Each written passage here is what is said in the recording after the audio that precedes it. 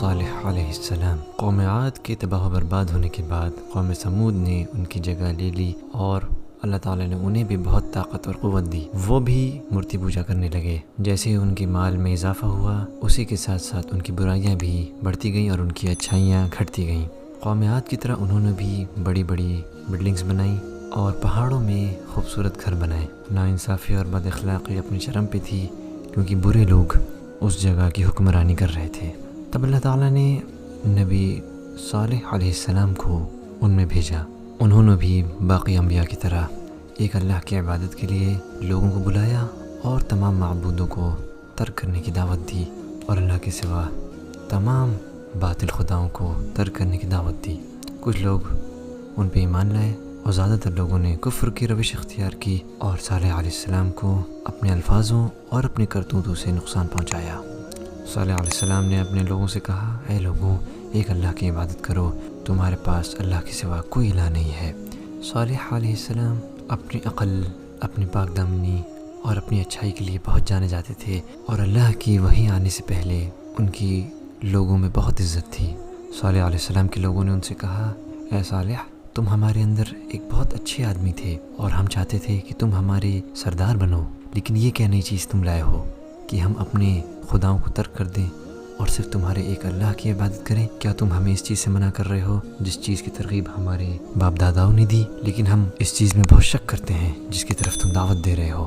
وہ لوگ صرف اور صرف اپنے باطل خداؤں کی پوجا کرنے چاہتے تھے بنا کسی دلیل، بنا کسی سوچ کے۔ صالح علیہ السلام کی دعوت بہت واضح تھی، لیکن اس کے باوجود بہت سے لوگوں نے ان پہ یقین نہیں کیا۔ وہ ان کی باتوں پہ شک کرنے لگے، یہ سوچتے تھے کہ ان پہ جادو ہوا ہے۔ ان کے لوگوں میں یہ ڈر تھا کہ ان کی پیروی کرنے والے تو بڑھ جائیں گے، تو انہوں نے انہیں ایک بہت اہم کام دیا۔ انہوں نے دریافت کیا کہ صالح علیہ السلام یہ پروف کریں کہ وہ اللہ کے نبی ہیں ایک معجزے کے ذریعے۔ انہوں نے کہا کہ اس پہاڑ سے ایک اونٹنی نکلے جو بالکل ہی انوکھی ہو۔ اللہ تعالیٰ نے صالح علیہ السلام کو یہ معجزہ عطا کیا اور پہاڑ کی جانب سے بہت بڑی، بہت ہی انوکھی اونٹنی نکل آئی۔ اس کی تفصیل اس طرح ہے جس طرح سے مفسرین نے بیان کیا ہے کہ قوم سمود ایک جگہ ایک دن اکٹھے ہوئے اور صالح علیہ السلام ان کے پاس آئے اور ان کو ایک اللہ میں یقین کرنے کی دعوت دی اور ان کو یاد دلایا جو کچھ اللہ کی نعمت ان کے پاس ہے۔ ان لوگوں نے ایک چٹان کی طرف اشارہ کیا اور انہوں نے کہا، اپنے رب سے دعا کرو کہ وہ ہمیں ایک اونٹنی دے جو 10 مہینہ حاملہ ہو، جو بہت لمبی اور خوبصورت ہو، وہ اس پہاڑ سے ہمارے لیے نکل آئے۔ صالح علیہ السلام نے کہا، دیکھو، اگر اللہ تعالیٰ اس چیز کو بھیج دیتے ہیں جس چیز کی تم دریافت کر رہے ہو، تو کیا تم یقین کرو گے اس چیز میں جس کی دعوت لے کے میں آیا ہوں؟ انہوں نے کہا بالکل۔ تو صالح علیہ السلام نے ان لوگوں سے اس چیز پہ قسم لی اور پھر اللہ تعالیٰ سے دعا کی۔ اللہ تعالیٰ نے ایک پہاڑ کو حکم دیا اور اس میں سے ایک بہت بڑی اونٹنی نکل آئی۔ جب ان لوگوں نے اس کو دیکھا تو وہ ایک دم چونک گئے۔ انہوں نے ایک بہت بڑی چیز دیکھی، ایک بہترین مخلوق دیکھی اور ایک واضح دلیل دیکھی۔ صالح علیہ السلام کے بہت سے لوگ ان پہ ایمان لائے، لیکن اس کے باوجود بہت سے لوگوں نے کفر کی روش اختیار کی۔ اللہ تعالیٰ نے قرآن میں فرمایا، جس کا ترجمہ ہے، ہم نے سمود کی طرف ایک اونٹنی بھیجی ایک واضح دلیل کے طور پہ، لیکن انہوں نے اس کے ساتھ برا کیا۔ اس اونٹنی کے بارے میں بہت سی چیزیں بیان کی گئی ہیں۔ یہ اونٹنی ایک معجزہ تھی کیونکہ یہ ایک پہاڑ کے بیچ میں سے نکل کے آئی۔ یہ اونٹنی کنویں کا سارا پانی ایک دن میں پی جاتی تھی اور کوئی دوسرے جانور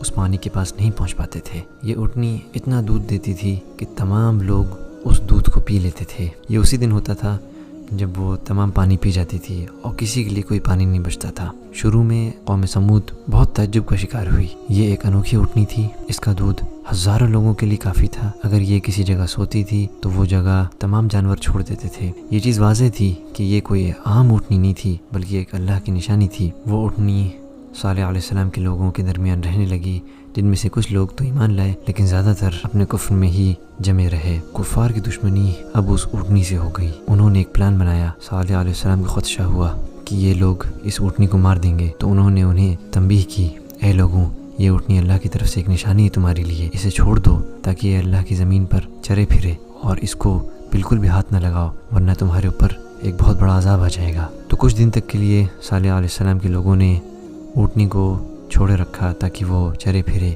لیکن ان کے دلوں میں اس کے لیے نفرت تھی۔ لیکن بہت سے لوگ اس اونٹنی کے آ جانے کے بعد صالح علیہ السلام کے پیروکار بن گئے اور وہ ایک اللہ میں یقین کرنے لگے۔ کفار اب یہ شکایت کرنے لگے کہ یہ بڑی اونٹنی اتنا زیادہ پانی پی لیتی ہے اور باقی تمام جانوروں کو ڈرا دھمکاتی ہے۔ انہوں نے اسے مارنے کا ایک پلان بنایا اور عورتوں کو کہا کہ وہ اپنے آدمیوں کو اس بات کی ترغیب دیں کہ وہ اس اونٹنی کو مار دے۔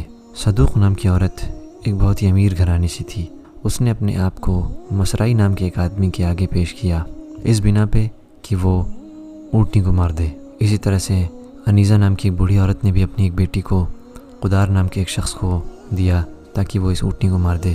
اور ظاہر سی بات ہے یہ جوان مرد شہوت کا شکار ہو گئے اور انہوں نے 7 اور لوگوں کو اپنے ساتھ لے لیا۔ وہ اس اونٹنی کو بہت غور سے دیکھتے، اس کی ہر چال کو پڑھتے۔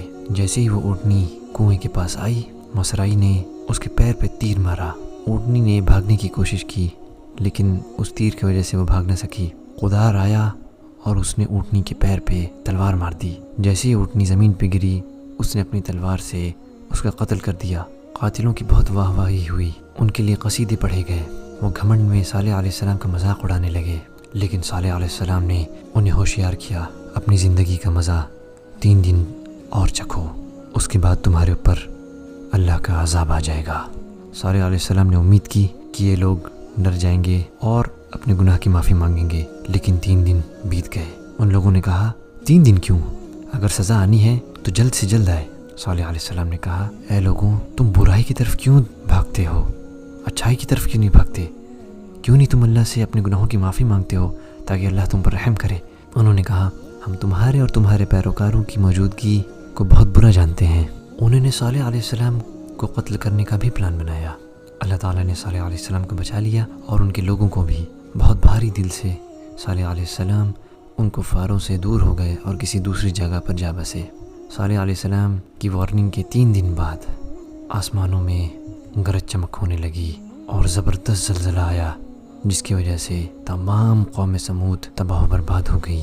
ایک زبردست چیخ نے ان تمام لوگوں کو گھیر لیا اور سب کے سب مر گئے۔ ان کی مضبوط مکان انہیں بالکل بھی بچا نہیں پائے۔